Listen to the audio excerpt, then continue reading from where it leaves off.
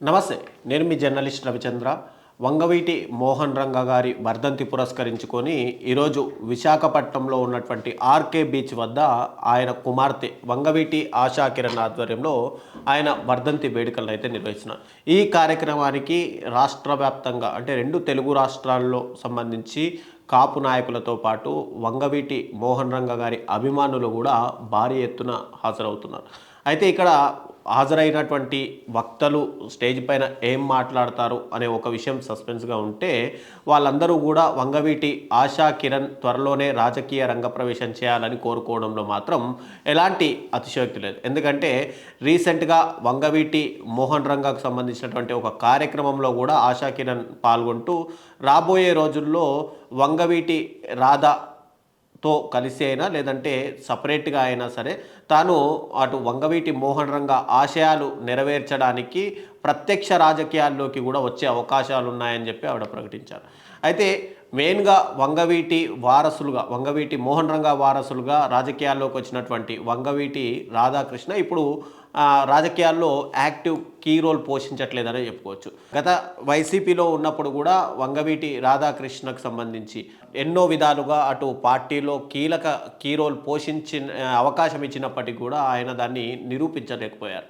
ఇక్కడ ముఖ్యంగా చూసుకుంటే కనుక గతంలో విజయవాడకు సంబంధించిన తూర్పు నియోజకవర్గం టికెట్ ఇచ్చినా లేదంటే మచిలీపట్నం ఎంపీగా పోటీ చేయాలని చెప్పి జగన్మోహన్ రెడ్డి గారు ఎన్ని ఆఫర్లు ఇచ్చినా కూడా విజయవాడ సెంట్రల్ నియోజకవర్గమే తనకు కావాలని పట్టుబట్టడం, తర్వాత ఆయన వైఎస్ఆర్సీపీ నుంచి బయటికి రావడం, తన సభ్యత్వానికి కూడా రాజీనామా చేయడం, తర్వాత తెలుగుదేశం పార్టీలో చేరిపోయి అక్కడ ఏదైనా ఎమ్మెల్సీ టికెట్ కానీ ఎమ్మెల్యే టికెట్ వస్తుందని కానీ ఖచ్చితంగా ఆయన రాధా అయితే ఆశించారు.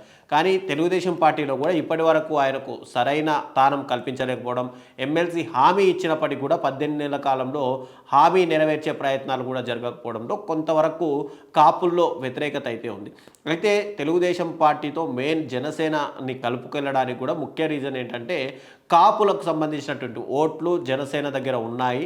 జనసేన కాపుల ఓట్లు కనుక ఒకవేళ జనసేనకు పడితే రాబోయే రోజుల్లో తెలుగుదేశం పార్టీకి కూటమిగా ఉంటే అనుకూలం అని చెప్పి అటు చంద్రబాబు నాయుడు కూడా పవన్ కళ్యాణ్ని కలుపుకొని వెళ్ళారు.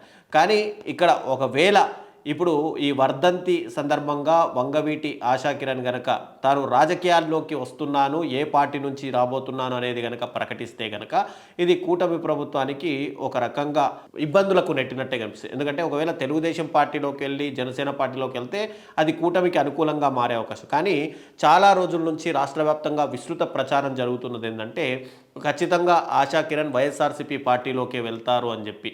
కాబట్టి ఆవిడ కనుక ఒకవేళ వైఎస్ఆర్సీపీ పార్టీలోకి వెళ్తే ఎంతో కొంత కాపు ఓటు బ్యాంకులు చీల్చే అవకాశాలు ఉన్నాయి, ఆమెకు ఫేవర్గా మలుచుకునే అవకాశాలు ఉండడంతో ఇక జనసేన పార్టీతో తెలుగుదేశం పార్టీకి కూడా పెద్దగా పని ఉండకపోవడంతో వాళ్ళు తెలుగుదేశం పార్టీలో ఇప్పటికే ఎమ్మెల్యేలకు సంబంధించి కొన్ని నియోజకవర్గాల్లో జనసేన టీడీపీకి సంబంధించినటువంటి వర్గాలుగా విడిపోయి అక్కడ కార్యక్రమాల్లో పాల్గొంటున్నారు. ఇప్పుడు కనుక ఆశా కిరణ్ రాజకీయ రంగ ప్రవేశం చేసి వైఎస్ఆర్సీపీ నుంచి కనుక చేస్తే కాపు ఓట్లు చాలా వరకు ఆమెకు ఫేవర్గా వెళ్ళిపోవడంతో ఇక జనసేనని పక్కకు పెట్టే ప్రయత్నాలు ఖచ్చితంగా తెలుగుదేశం పార్టీ చేస్తుంది. అయితే ఇప్పుడు దీనికి సంబంధించే గత కొంతకాలంగా వైఎస్ఆర్సీపీలోకి వెళ్తుంది ఆవిడ అనేది ఒక రకంగా టాక్ నడుస్తున్న సమయంలో వైఎస్ఆర్సీపీ అధినేత జగన్మోహన్ రెడ్డి గారు కూడా ఆయన వంగవీటి మోహన్ రంగ వర్ధంతికి సంబంధించి ఒక ట్వీట్ అయితే చేశారు. అదేంటంటే పేద ప్రజల సమస్యలను తన సమస్యలుగా భావించి వారి గొంతుకగా నిలిచిన గొప్ప నాయకుడు వంగవీటి మోహన్ రంగ గారు, నేడు ఆయన వర్ధంతి సందర్భంగా నివాళులు అర్పిస్తున్నాను అని చెప్పి. అయితే గతంలో జగన్మోహన్ రెడ్డి గారు కాపుల కోసం మనం చూసుకుంటే కాపు నేస్తం తీసుకురావడం కానీ కాపులకు సంబంధించినటువంటి ఎన్నోసార్లు అటు రాధా పార్టీలో ఉన్నప్పుడు కూడా కాపుల కోసం పనిచేస్తున్నటువంటి నాయకుడుగా జగన్మోహన్ రెడ్డి గారిని చెప్పుకోవచ్చు.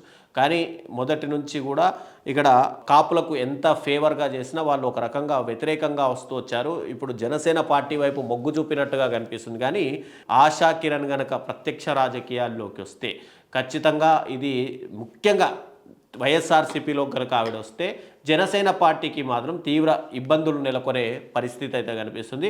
మరి రాబోయే రోజుల్లో ఆవిడ అడుగులు ఎలా ఉండబోతున్నాయి, ఆవిడ ఏ పార్టీ నుంచి వెళ్ళే అవకాశాలు ఉన్నాయి, ఆమెకు ఒకవేళ వైఎస్ఆర్సీపీలో చేరితే ఆవిడకి ఎలాంటి బాధ్యతలు ఇస్తారు, ఎలాంటి పోర్ట్ఫోలియో ఆవిడ నిర్వహించే అవకాశాలు ఉన్నాయి అనేది తెలియాల్సి